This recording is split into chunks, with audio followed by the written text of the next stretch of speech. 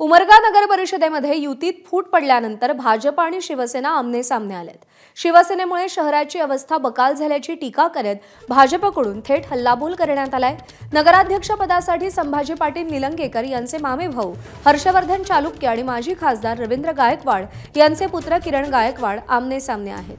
भाजप विरोधात काँग्रेसने शिंदे सेनेला साथ दिली आहे, तर ठाकरे गटाकडूनही स्वतंत्र उमेदवार रिंगणात आहेत। त्यामुळे उमरगा नगर परिषदेमध्ये तिरंगी लढत होतीये।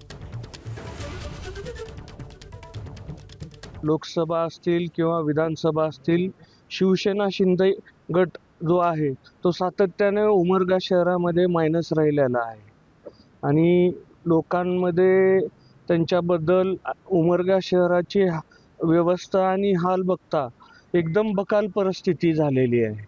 म्हणून जनतेने आम्हाला सुचवलं की आपण दोघांनी अजितदादा पक्ष व भारतीय जनता पार्टी, अजितदादांचा जो पक्ष आहे राष्ट्रवादी, ते आपण दोघांनी मिळून एक उमेदवार द्यावा। त्या पद्धतीने मग आमच्या नेते मंडळींनी ठरवलं आणि माझी उमेदवारी फायनल केली। एबीपी माझा, उघडा डोळे बघा नीट।